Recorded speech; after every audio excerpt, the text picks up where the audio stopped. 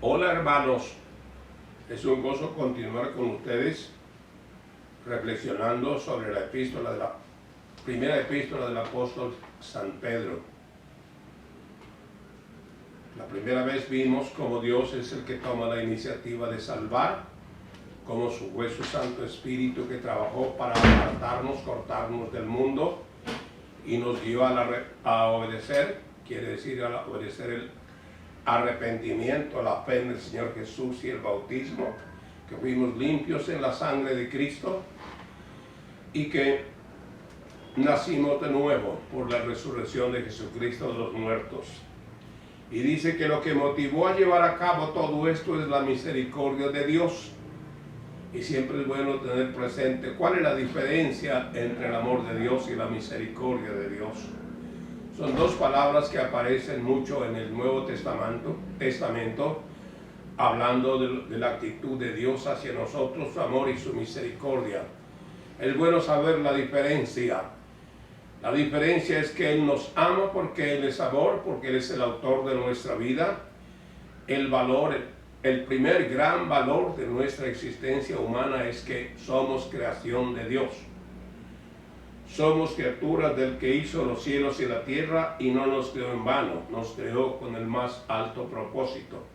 Nos creó para que llegáramos a conocerle porque sería el sumo bien para nosotros en nuestra vida. ¿Qué es la diferencia entonces entre amor y misericordia? Que somos amados por ser creación de Dios y porque Él es amor y nos creó para amarnos. ¿Y por qué necesitamos la misericordia de Él? ¿Por qué habla tanto la Escritura de que Él tiene misericordia? Porque nos ama por ser criaturas, pero caímos en el pecado, nos esclavizamos en el pecado, nos corrompimos en extremo y el pecado es una ofensa a Dios. El pecado es gravísimo contra Dios y por eso la ira de Dios está sobre todo ser humano.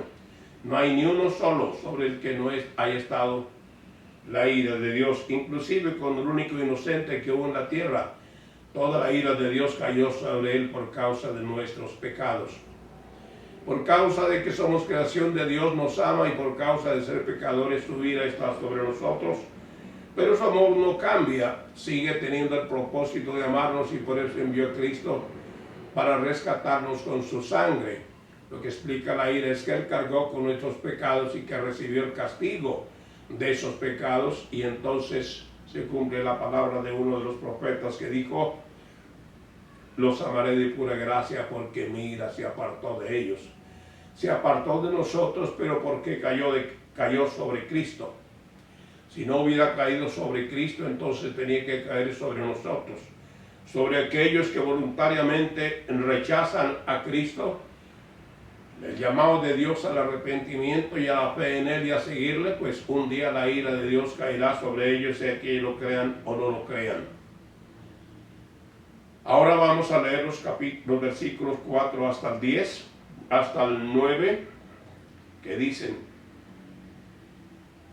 desde el 3 dice: bendito el Dios y Padre de nuestro Señor Jesucristo, que según su grande misericordia nos hizo nacer para una esperanza viva por la resurrección de Jesucristo de los muertos, para una herencia incorruptible, incontaminada e inmarcesible, reservada en los cielos para vosotros, que sois guardados por el poder de Dios mediante la fe, para alcanzar la salvación que está preparada para ser manifiesta en el tiempo postrero, en lo cual vosotros os alegráis, aunque ahora por un poco de tiempo, si es necesario, tengáis que ser afligidos en diversas pruebas, para que sometida a prueba vuestra fe, mucho más preciosa que el oro, el cual aunque perecedero se prueba con fuego, sea hallada en alabanza, gloria y honra, cuando sea manifestado Jesucristo, a quien amáis sin haberle visto, en quien creyendo, aunque ahora no lo veáis, os alegráis con gozo inefable y perfecto. Muy bien. Ya vimos entonces la misericordia de Dios, que tomó la iniciativa de salvarnos, que envió su Espíritu para apartarnos del mundo, nos dio a Cristo, fuimos limpios en su sangre y nacimos de nuevo. Ahora hay una gran pregunta, la pregunta es: ¿y qué espera Dios ahora de nosotros? ¿Qué quiere Dios ahora de nosotros? Para responder a esa pregunta, el texto nos dice 3 palabras. Y con esas 3 palabras, usted y yo entendemos lo que Dios quiere. La primera palabra está en el versículo 3, que dice que es esperanza. Esa es la primera palabra que explica el propósito, lo que Dios pide de nosotros. La segunda es cuando dice que Él quiere ver nuestra fe. Dice mucho más preciosa que el oro, el cual lo perecedero se prueba con fuego, que esa fe se haga en alabanza y honra cuando sea manifestado Jesucristo. La segunda palabra clave es que Él quiere ver fe en nosotros. ¿Y cuál es la tercera palabra? La tercera palabra es amor. ¿A quien amáis sin haberle visto? Es a Cristo. Y más adelante vamos a encontrar amor a nuestros hermanos, a los creyentes. 3 palabras claves para entender lo que el Padre anhela de cada uno de sus hijos, de usted y de mí. Es la palabra de Dios, debe darle usted todo el crédito, porque eso es lo que Él anhela, y vamos entonces a ver, ¿y cuál es el valor de esas 3 palabras? Esperanza, fe y amor. Si usted conoce la palabra de Dios, especialmente las epístolas, seguramente se da cuenta que los apóstoles decían que las 3 palabras claves para distinguir un verdadero creyente eran 3. Eran fe, eran esperanza y era amor. A veces está fe, amor y esperanza. Y solo en este libro, en Primera de Pedro, se encuentra que está primero esperanza, después fe y por último amor. Para los apóstoles, las marcas inconfundibles de un verdadero creyente eran la fe en el Señor Jesucristo, el amor al Señor Jesús y a los creyentes, y la esperanza de que Cristo viene por nosotros. ¿Qué valor tienen esas palabras? Y ya le dije que solamente en este libro aparecen en ese orden: esperanza, fe y amor. En otras partes aparece fe, esperanza y amor, y en otras fe, amor y esperanza. ¿Qué valor tiene la esperanza? ¿Qué quiere decir esperanza? ¿Qué nos quiere comunicar Dios con esa palabra?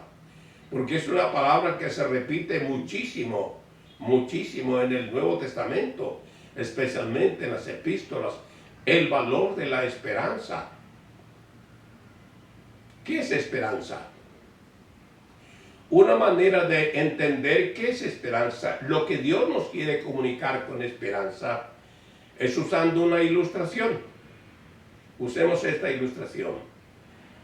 Suponga que uno de ustedes, el más rico de la congregación, es el gerente de Bancolombia. Y un día usted dice a su esposa y a sus hijos: en tal día vamos a reunirnos en la casa, vamos a almorzar juntos, porque tengo una gran noticia que comunicarles. Y llega ese día, se reúnen, almuerzan, hablan, y por último, después del postre, el papá le dice: lo que quiero comunicarles es una orden que les doy. ¿Cuál es la orden? Que todos ustedes que tienen sus cuentas en Bancolombia las cancelen hoy, o por tardar mañana a primera hora. Pues toda la familia le va a preguntar, asombrada: ¿cómo así? Si usted es el gerente, ¿por qué vamos a cancelar nuestras cuentas de Bancolombia? Y él les dice: precisamente porque soy el gerente de Bancolombia, es que sé que este banco está absolutamente quebrado, que apenas faltan horas para que se decrete la quiebra ante el gobierno, ante las autoridades del gobierno, no tiene futuro. Así que para que ustedes no tengan problemas con el dinero que tienen allá, lo saquen, lo retiren, porque el banco no tiene futuro. Se acabó. ¿Sabía usted que este mundo tiene un gerente, no? El gerente es el que está arriba, el que lo creó y el que lo sustenta. Y a nosotros dice: este mundo va hacia la ruina, este mundo no tiene esperanza. Este mundo va hacia el caos. Este mundo va a terminar, según las Santas Escrituras, quemado. Va a terminar en ceniza. Entonces, ¿qué nos está diciendo el Señor a nosotros cuando nos habla de la palabra esperanza? Nos está diciendo, el futuro de ustedes no está aquí en la tierra. Este mundo va hacia el juicio y hacia la destrucción, pero ustedes tienen una patria celestial. Así que no pongan su corazón y todo su esfuerzo en este mundo. Necesitamos las cosas de este mundo, necesitamos el dinero, necesitamos los carros, las casas, las fincas. Las cosas no son malas en sí. Lo que nos quiere decir el Señor es lo mismo que nos dijo ya el Señor Jesús en los evangelios, cuando dijo: buscad primeramente el reino de Dios y su justicia, y todas las cosas se os darán como añadidura. Lo que está diciéndonos es un mensaje muy sencillo, y bienaventurados son los que sean capaces de ponerlo en práctica por la fe. Que en esta vida todo debe ser considerado añadidura. Que lo que realmente tiene valor eterno ya es nuestro tesoro, y va a ser en el futuro, es la nueva vida que Dios nos ha dado en Cristo. Y que este mundo, todo lo que acumulemos en este mundo se va a perder, se va a quemar. Las cosas no son malas, ni el estudio es malo. Aconsejamos, animamos a la juventud a estudiar, a prepararse. La iglesia y el mundo necesitan buenos profesionales, buenos médicos, de toda clase, en todas las categorías del saber se necesitan profesionales.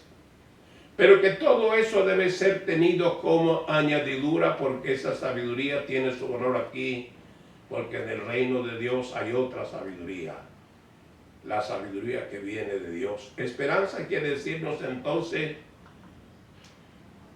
sean sabios, sean prudentes, pongan en primer lugar lo que es primero, y en segundo lo segundo, y en tercero lo tercero. Si nosotros recibimos esa amonestación, vamos a encontrar una bendición muy especial. ¿Qué valor tiene la esperanza? Si usted practica la esperanza, ¿qué efecto puede tener en nuestra vida? La palabra de Dios lo explica. En 1 de Juan capítulo 3, hablando de la segunda venida y que seremos semejantes a Él, dice que el que tiene esa esperanza se purifica a sí mismo, así como Él es puro. ¿Cómo así que se purifica? ¿Se purifica de qué? ¿De qué se purifica? Se purifica de algo que destruye la vida de millones de personas. Es la codicia por las cosas de este mundo. Aún los cristianos, el apóstol Pablo dice que muchos detrás del dinero, dice, se hundieron, se corrompieron, su vida se destruyó. El dinero lo necesitamos, pero el dinero es las cosas materiales hay que manejarlas con la debida prudencia. El único que debe tener el primer lugar en nuestra vida es el Señor Jesucristo, y todas las demás cosas como añadiduras. Los jóvenes tienen ilusión de un noviazgo, de un matrimonio, de una familia, de una profesión, de tener propiedades, de tener casas. Nada de eso es malo, todo eso es lícito. Pero en el plan de Dios, si usted quiere ser sabio, quiere ser prudente, diga: todo esto, cualquier momento se acaba. Cualquier momento termina. Todo esto debe ser considerado, como dijo el Señor Jesús, como añadidura. Y usted vivirá en paz. Los que no tienen codicia de las cosas de este mundo, que hacen como dice la Biblia en el Salmo 112, los justos manejan sus asuntos con juicio, son buenos administradores. Hay que administrar bien el dinero. Con el dinero hay que servir a Dios, con el dinero hay que servir a los que necesitan. El dinero es muy valioso, el dinero es muy costoso. ¿Qué le cuesta el dinero? Trabajar honradamente. ¿Y qué hace usted en el trabajo diariamente? Diariamente hay una porcioncita de su vida que se gasta. El dinero le cuesta su vida. No lo malbarate. Ni codicie de él, ni sea avaro. Es la enseñanza de la Biblia. La Biblia enseña que hay dos extremos. El uno es el codicioso de dinero y eso puede destruir la vida. La Biblia dice que la codicia destruye a quien la posee. A mucha gente ha sido destruida por su codicia de las cosas, por su codicia del dinero. Pero la Biblia, por otra parte, también no está de acuerdo, porque la Biblia nada se le escapa, es la palabra de nuestro Dios. Y también nos dice del otro extremo. ¿Cuál es el otro extremo? Gastarlo todo sin ton ni sol. La Biblia no aprueba el hecho, dice, que uno sea disipador del dinero, que lo gaste y que finalmente, porque Dios en su bondad tan grande no quiere que después de que usted y yo hayamos trabajado toda la vida, finalmente no tenemos nada y que se acabó la familia, nos terminó la esposa o los hijos, ya nos desechan y tener que vivir a un ancianato. El Creador es tan maravilloso que Él quiere la dignidad del hombre en toda su vida, y por eso Él enseña en la Biblia a ahorrar. Él condena como muy peligrosa la codicia del dinero, pero Él enseña de la manera más graciosa a ahorrar. ¿Qué le dice al hombre? Ve a la hormiga o perezoso, que en el verano guarda su comida. En verano trabaja porque en invierno ya no se puede. Le está diciendo, ahorren, no se lo malbarate todo, no sea un disipador del dinero y tampoco sea un avaro, sea un hombre sabio y prudente como Dios quiere. ¿Qué valor tiene la esperanza? Que ella nos purifica, nos hace vivir sin esa carga horrible de estar tan sumergidos en las cosas materiales. Es muy malo estar sumergidos, que en la mente y en el corazón no hay otra cosa sino lo que usted tiene por delante. No quiere decir que usted no tenga propósitos con su vida, con el futuro, con su matrimonio, con el hogar, con los hijos, con todo. No, todo es lícito, cada cosa en su lugar. El Señor es primero. Cada día que amanezca, Él es el primero, hay tiempo para Él. Cada noche que está terminando y va a descansar, que Él sea el último con el que usted habla. Sea el primero con el que usted habla en el día, en la mañana, y sea el último con el que usted habla también en el día. Él debe ser el primero en su vida, en todas las cosas, y seremos bienaventurados. Esa esperanza tiene el valor de purificarnos, de quitar esa codicia dañina que ha destruido a tantas cosas. Recuerda que el apóstol Pablo dice, el amor al dinero es la causa de todos los males. La segunda palabra entonces dijimos que es fe. ¿Qué es fe? ¿Por qué el Padre anhela que tengamos fe? ¿Qué valor tiene la fe? La fe tiene un valor muy grande. Recuerde que la fe es un don de Dios. La fe no es algo que usted creó, que surgió de usted.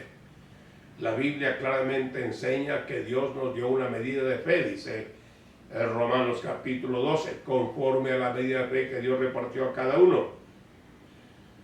Lo que nos enseña la palabra del Señor es que la palabra y el Espíritu que obraron en nosotros, porque dimos lugar en nuestra mente y en nuestro corazón a la palabra de Dios, que hubo un momento en que esa palabra y es el Espíritu del Señor engendró en nosotros una medida de fe. Y lo que el Señor quiere es que esa fe sea usada y sea desarrollada. ¿Para qué sirve la fe? La fe tiene tantos usos y tiene tantos valores. Recuerde que la Biblia dice, sin fe es imposible agradar a Dios. ¿Para qué sirve la fe? En la triple guerra que estamos embarcados los creyentes. En esa fe la Escritura enseña que es la fe nuestra arma poderosa que el Padre nos ha dado para derrotar a los enemigos. ¿Qué dice frente al enemigo? Dice al cual resistir firmes en la fe. ¿Cuál es el arma contra el enemigo? La fe. La fe en que somos redimidos por la sangre de Cristo. La fe en que la palabra dice que es un enemigo derrotado. La fe en que somos guardados por el poder de Dios. La fe en que Dios está con nosotros. Dice, resistid firmes en la fe. En la guerra contra el enemigo, el arma que el Padre nos ha dado es la fe. Dios anhela que desarrollemos esa fe. Frente al mundo, ¿qué dice la Escritura? Lo mismo. Esta es la victoria que ha vencido al mundo, dice en 1 de Juan, capítulo 3. Esta es la victoria que ha vencido al mundo, nuestra fe. No es tal vez capítulo 3, sino capítulo 5. Esta es la victoria que ha vencido al mundo, nuestra fe. Tenemos otro enemigo, más insidioso y más difícil de manejar. ¿Qué es? La Biblia lo llama la carne. ¿Qué es la carne? No es lo físico de nosotros, no es lo tangible. ¿Qué es eso?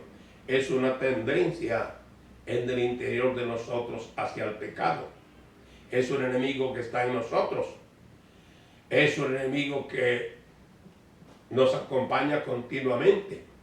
El apóstol Pablo dice que nos da a entender que todo lo que heredamos de nuestros padres, todo lo que somos como nacidos de padres humanos, que allí está el pecado.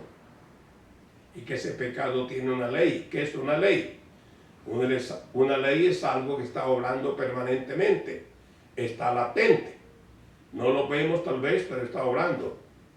La ley de la gravedad. Si dejo caer mi Biblia, no hay otra manera. Ella se irá al suelo porque yo no veo la gravedad. Yo no siento la gravedad. Pero si largo mi Biblia, ella cae al suelo. Porque la ley de la gravedad opera incesantemente. Está latente. Dentro de usted y de mí también hay pecado. Pablo dice el pecado que mora en mí, capítulo 7 de Romanos, y lo repite. Y ese pecado tiene una ley. ¿Qué es esa ley? Que me inclina continuamente a lo malo. ¡Qué enemigo tan feroz! ¿Y cómo vamos a combatir ese enemigo? Otra vez la fe. Por la fe nos rendimos al Espíritu de Dios. Por la fe estamos conociendo la unción del Espíritu de Dios. Y por el Espíritu de Dios dice que hacemos morir toda obra de la carne. Se necesita el poder del Espíritu de Dios. Y el Espíritu de Dios obra por nuestra fe que tenemos para vencer a los enemigos.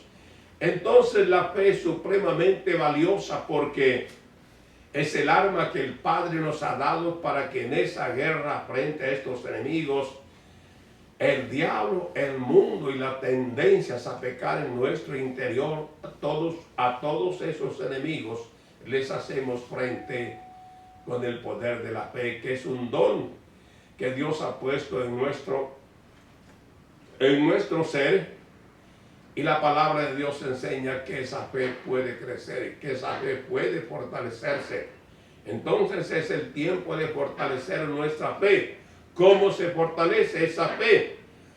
La Biblia nos enseña claramente que como nació del Espíritu y la palabra, es la palabra la que fortalece la fe, es el Espíritu que fortalece la fe y es la oración. En una de las epístolas, en Judas de Besel dice, edificando sobre vuestra santísima fe, orando en el Espíritu Santo. La oración en contacto con Dios, rendidos al Espíritu de Dios, está edificando nuestra fe. Esa es la arma sobrenatural que Dios nos ha dado y con esa fe vencemos al diablo, al mundo y al pecado. ¿Y qué valor tiene el amor? No hemos terminado con la fe. ¿Solamente para esa guerra? No. Vivir bendecidos, vivir victoriosos siempre es el resultado de la fe y la obediencia. Pero estas dos cosas, fe y obediencia, siempre están unidos. La obediencia siempre es el resultado de la fe. Entonces la fe la necesitamos no solamente para vencer a los enemigos, la necesitamos para triunfar en todas las cosas. La fe es algo muy grande que Dios nos ha dado, un don de Dios. Debemos desarrollarlo. Se desarrolla por la palabra, se desarrolla por el Espíritu Santo, se desarrolla por una vida de comunión y oración con Dios. Y la tercera palabra es amor. Bueno, aquí sí tenemos muchísimo de qué hablar. ¿Por qué Dios anhela?